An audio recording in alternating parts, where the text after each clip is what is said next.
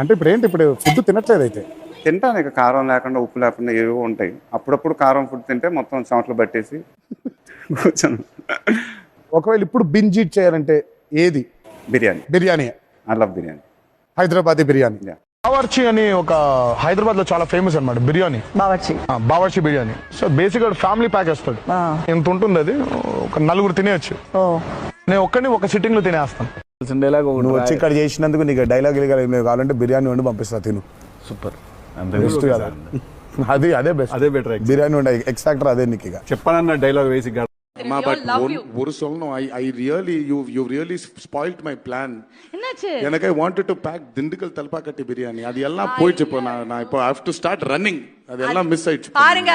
எல்லாமே ஏன் இல்ல. தலையில தான் இருக்கு. பட் தேவரா ரிலீஸ்க்கு அப்புறம் திருப்பி வந்து நம்ம ரெண்டு பேர் சேர்ந்து சாப்பிடலாம். ஒண்ணே மட்டும் சொல்லிடுங்க.